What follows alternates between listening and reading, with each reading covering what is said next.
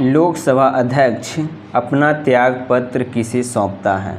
तो ए है उपाध्यक्ष, बी है आपका उपराष्ट्रपति, सी है राष्ट्रपति और डी है प्रधानमंत्री। तो ए नंबर ऑप्शन आपका सही होगा, जो कि उपाध्यक्ष, ये आपका उपाध्यक्ष को सौंपा जाता है। तो वर्तमान समय में लोकसभा अध्यक्ष श्री ओम बिरला सम्मानित से 17वीं लोकसभा के अध्यक्ष निर्वाचित 19 जून 2019 है। संविधान के अनुच्छेद 93 के तहत लोकसभा अध्यक्ष एवं उपाध्यक्ष के पद का उल्लेख किया गया है।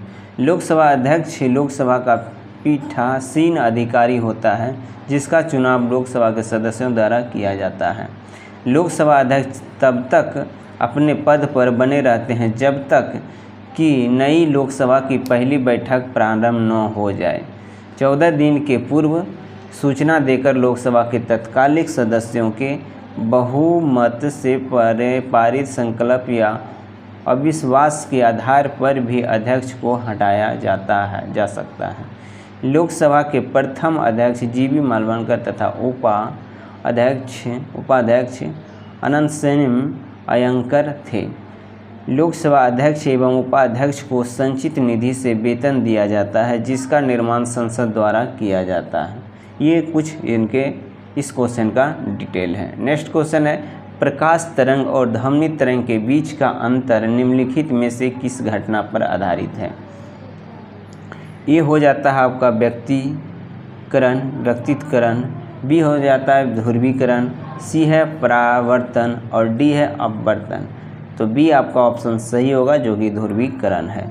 नेक्स्ट में बताया जा रहा है, प्रकाश विद्युत चुंबकीय तरंग है, यह अनुप्रस्थ तरंग है। प्रकाश का तरंगदैर्घ्य 3900 से 7800 A के बीच होता है। जब प्रकाश तरंग का संचरण किसी खास तल में होता है तो इस प्रकार के ध्रुवीय प्रकाश कहते हैं। यह घटना ध्रुवन कहलाती है।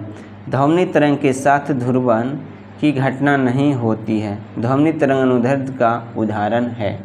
तो ये सारा का सारा क्वेश्चन ये इस क्वेश्चन का डिटेल है। अब नेक्स्ट क्वेश्चन है, निम्नलिखित में से किस शिलालेख में अशोक के नाम का उल्लेख किया गया है? गिरनार का, मास्की का, ब्राही का और गुजरा का। तो इसका मेरी समझ से ब्राही का किया गया है। तो कुछ इसमें देख लेंगे अच्छी तरह से अच्छी बुक को। चलती कार में अचानक ब्रेक लगाने पर यात्री का आगे बढ़ना और झुकना आगे की ओर झुकना निम्नलिखित में से किसका उदाहरण है? गति जड़त्व का, विराम जड़त्व का, न्यूटन का दूसरा नियम और न्यूटन का तीसरा नियम। तो ए नंबर आपका सही होगा, जो कि गति जड़त्व का। ठीक है। जड़त्व वस्तु का अतिरिक्त आंतरिक गुण है, जिनके कारण वस्तु अपनी अवस्था को बनाए रखने का प्रयास करती है।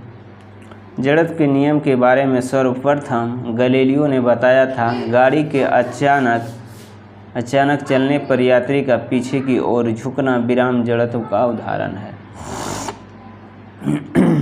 विराम के जड़त्व का उदाहरण है। प्रथम नियम को गैलीलियो का नियम या जड़त्व का नियम कहते हैं।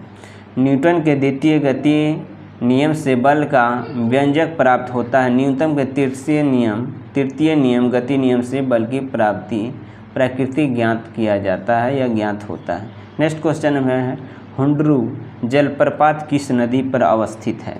हुंडरू जलप्रपात किस नदी पर अवस्थित है? तो ए है आपका नर्मदा, बी है महानदी, सी है सुवर्णरेखा, डी है शरावती। तो सी नंबर ऑप्शन आपका सही होगा, जो कि सुवर्ण रेखा। और ये आपका पठारी क्षेत्रों में अधिक ऊंचाई से तीव्र गति से नीचे की ओर प्रवाहित जल को ही जलप्रपात कहते हैं।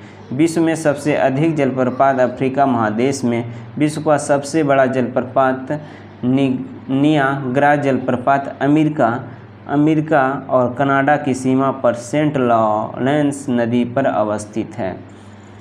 धुआंधार जलप्रपात नर्मदा नदी पर है, जो गरसप्पा महात्मा गांधी जलप्रपात कर्नाटक में शरावती नदी पर स्थित है। महानदी को उड़ीसा का शोक भी कहा जाता है, शोक भी कहा जाता है। नेक्स्ट क्वेश्चन में